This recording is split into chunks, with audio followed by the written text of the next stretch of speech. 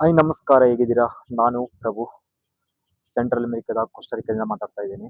ಇವತ್ತು ನಿಮಗೆ ಕೋಸ್ಟಾರಿಕಾದಲ್ಲಿ ಬೈಕ್ ಚಲಾವಣೆ ಮಾಡಲು ಅಥವಾ ಬೈಕ್ ಓಡಿಸಲು ನಿಮಗೆ ರೋಡಲ್ಲಿ ಯಾವ ರೀತಿ ನಿಮಗೆ ಡಾಕ್ಯುಮೆಂಟ್ ಇರಬೇಕು ಅನ್ನೋದನ್ನ ತಿಳಿಸ್ಕೊಡ್ತೇನೆ. ವಿಡಿಯೋ ಎಂಡವರೆಗೆ ನೋಡಿ, ಚೆನ್ನಾಗಿರುತ್ತೆ. ವಿಡಿಯೋ ಸ್ಟಾರ್ಟ್ ಮಾಡೋಕ್ಕಿಂತ ಮೊದಲು ನನ್ನ ಬೈಕನ್ನು ನಿಮಗೆ ಕಾಣಿಸ್ತೀನಿ, ಚೆನ್ನಾಗಿ ಕಾಣ್ತಿದೆಯಲ್ಲ ಇದು ಲಾಸ್ಟ್ ನಾನು 6 ಮಂತ್ ಹಿಂದ್ಗಡೆ ನಾನು ಅಂದರೆ ಫೆಬ್ರವರಿ ತಗೊಂಡಿದ್ದು ಬೈಕ್. ಅದು ಹೀರೋ ಅಂಕೋ. ಲಾಸ್ಟ್ ನನಗೆ $2,500 ಆಯಿತು ಟೋಟಲ್ ಬೈಕಿಗೆ, ಸೆಟಪ್ಪಿಗೆ ಅಥವಾ ಇದೆಲ್ಲ ಸೇರಿ $2,500 ಆಯಿತು ನಾನು ತಗೊಳ್ಳಿಕ್ಕೆ.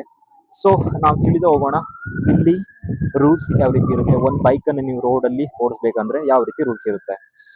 ಸೊ ಈ ಕಡೆ ಕಾಣ್ತಿದಿಲ್ಲ ನಿಮ್ಗಿದು ಡೆಕ್ರಾ, ಇಲ್ಲಿ ನಮ್ಮ ಕಡೆ ಹೊಗೆ ಪತ್ರ ಇನ್ಸೂರೆನ್ಸ್ ಏನು ಅಂತೀವಲ್ಲ, ಇದು ಎವ್ರಿ ಇಯರ್ ನೀವು ಇಲ್ಲಿ ರಿನ್ಯೂವಲ್ ಮಾಡಲೇಬೇಕಾಗುತ್ತೆ.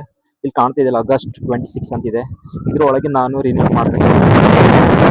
ಇಲ್ಲಿ ಇನ್ಸೂರೆನ್ಸ್ ಯಾವ ರೀತಿ ರಿನ್ಯೂವಲ್ ಮಾಡ್ತಾರೆ ಅಂದ್ರೆ, ನಮ್ಮ ಗಾಡಿಯನ್ನ ಮಸೀನಲ್ಲಿ ಇಡ್ತಾರೆ, ಅಲ್ಲಿ ಒಂದು ಅಪಾಯಿಂಟ್ಮೆಂಟ್ ತಗೊಳ್ಬೇಕಾಗುತ್ತೆ ನೀವು ಡೆಕ್ರಾ ಇನ್ಸೂರೆನ್ಸ್ ರಿನ್ಯೂ ಮಾಡಬೇಕಾದ್ರೆ.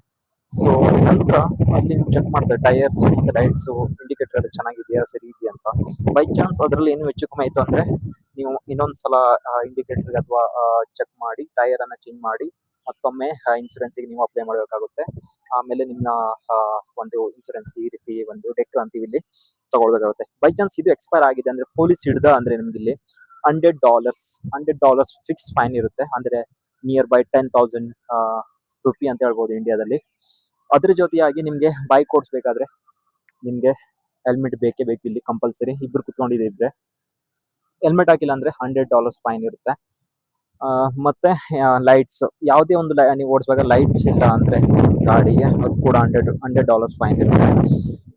ಸ್ಪೆಷಲ್ ಆಗಿ ನಿಮ್ಗೆ ಮತ್ತೆ ಏನು ಅಂದ್ರೆ ಇಲ್ಲಿ ಹೆಲ್ಮೆಟ್ ಎಲ್ಲ ಹಾಕೊಳ್ತೀವಿ ನಾವು ಇಂಡಿಯಾದಲ್ಲಿ, ಕಾಮನ್ ಅಂತ ಹೇಳ್ಬೋದು, ನಮ್ದು ಇಂಡಿಯಾದ ರೂಲ್ಸ್ ಇದೆ ಅಂತ ಹೇಳ್ಬೋದು. ಸೊ ಇದು ಕಂಪಲ್ಸರಿ ನಾನು ನೋಡಿಲ್ಲ ಇಂಡಿಯಾದಲ್ಲಿ, ಕಡಿಮೆ ಇದೆ. ಇನ್ನೊಂದು ಏನಂದ್ರೆ ಇಲ್ಲಿ ನೀವು ರೇಡಿಯಂ ಬೆಲ್ಟ್ ಅನ್ನ ಹಾಕೊಂಡು ಗಾಡಿ ಓಡಿಸ್ಬೇಕಾಗುತ್ತೆ. ಕಾಣಿಸ್ತೀನಿ ಯಾವ ರೀತಿ ಇರುತ್ತೆ ಅಂತ, ನಿಮ್ಗೆ ಕಾಣ್ತಿಲ್ಲ, ಇದು ರೇಡಿಯಂ ಬೆಲ್ಟ್. ಇದು ಹಾಕಿಲ್ಲ ಅಂದ್ರೂ ಕೂಡ ನಿಮ್ಗೆ $100 ಫಿಕ್ಸ್ ಫೈನ್ ಇರುತ್ತೆ. ಸೊ ಇಲ್ಲಿಯ ಒಂದು ರೂಲ್ಸ್ ಅಂತ ಹೇಳ್ಬೋದು, ಇದಂತೂ ಮಾಡ್ಲೇಬೇಕು. ಇದಿಲ್ಲ ಅಂದ್ರೆ ಯಾರು ಪೊಲೀಸ್ ಏನೋ ಒಂದು ಎಕ್ಸ್ಕ್ಯೂಸ್ ಮಾಡ್ಬೋದು ಕೆಲವೊಂದ್ಸಲ, ಬಟ್ ಇಲ್ಲಿ ಪೊಲೀಸ್ ಎಲ್ಲ ಮಾಡಲ್ಲ ಇಲ್ಲಿ, ಯಾಕಂದ್ರೆ ಯಾವುದೇ ಒಂದು ಲಂಚ ತಗೊಳ್ಳುವಂತ ಅಧಿಕಾರ ಇಲ್ಲಿ ಪೊಲೀಸ್ ಅವ್ರಿಗೆ ಸಿಗಲ್ಲ, ಯಾಕಂದ್ರೆ ಅಷ್ಟು ಸ್ಟ್ರಾಂಗ್ ಆಗಿರುತ್ತೆ ರೂಲ್ಸ್. ಅದ್ರ ಜೊತೆ ಲೈಸೆನ್ಸ್ ಇರಬೇಕು, ಇಲ್ಲಿ ಗಾಡಿ ಓಡಿಸ್ಲಿಕ್ಕೆ ಇಲ್ಲಿಯ ಕಂಟ್ರಿಯ ಲೈಸೆನ್ಸ್ ಇರಬೇಕು. ಇಂಡಿಯಾದ ಲೈಸೆನ್ಸ್ ಆಗಿದ್ರೆ 6 ಮಂತ್ ವ್ಯಾಲಿಡಿಟಿ ಇರುತ್ತೆ ಕೋಸ್ಟಾರಿಕಾದಲ್ಲಿ ಅಥವಾ ಯಾವುದೋ ಒಂದು ಕಂಟ್ರಿಯಲ್ಲಿ. ಸೊ ಇದಾಗಿತ್ತು ಈ ವಿಡಿಯೋ. ನಿಮ್ಗೆ ಏನ್ ಅನಿಸ್ತು ಕೋಸ್ಟಾರಿಕಾದಲ್ಲಿ ಒಂದು ಬೈಕ್ ಓಡಿಸಿದ್ರೆ ಯಾವ ರೀತಿ ಒಂದು ರೂಲ್ಸ್ ಇರುತ್ತೆ ಅಂತ? ಸೊ ಎಕ್ಸ್ಪ್ಲೇನ್ ಮಾಡ್ತೀನಿ ಶಾರ್ಟ್ ಆಗಿ ಮತ್ತೊಮ್ಮೆ. ಸೊ ಇಲ್ಲಿ ನೀವು ಬೈಕ್ ಓಡಿಸ್ಬೇಕಂದ್ರೆ ಕಾಣಿಸ್ತಿಲ್ಲ ಈ ಲೈನ್, ರೇಡಿಯಂ ಇಲ್ಲಿ ಹಾಕೊಳ್ಬೇಕು, ಬೆಲ್ಟ್ ಹಾಕೊಳ್ಬೇಕು, ಇಲ್ಲಾಂದ್ರೆ ಬ್ಯಾಗ್ ಸಿಕ್ಸ್ಕೊಳ್ಬಹುದು. ಜೊತೆಯಲ್ಲಿ ಡೆಕ್ರಾ ಇನ್ಸೂರೆನ್ಸ್ ಕರೆಕ್ಟ್ ಆಗಿ ರಿನ್ಯೂವಲ್ ಆಗಿರ್ಬೇಕು. ಅದ್ರ ಜೊತೆ ಹೆಲ್ಮೆಟ್ ಹಾಕೊಂಡಿರ್ಬೇಕಾಗುತ್ತೆ. ಅದ್ರ ಜೊತೆ ಯಾವುದೇ ಒಂದು ಇಂಡಿಕೇಟರ್ ಲೈಟ್ಸ್ ಅನ್ನ ಹಾಳಾಗಿರ್ಬಾರ್ದು, ಅದು ಕೂಡ ಡೆಬಿಟ್ ಆಗ್ತಾರೆ. ಇನ್ನೊಂದು ಏನಂದ್ರೆ ಲೈಸೆನ್ಸ್ ಕಂಪಲ್ಸರಿ ಬೇಕೇ ಬೇಕು ಈ ಒಂದು ಕಂಟ್ರಿಯಲ್ಲಿ.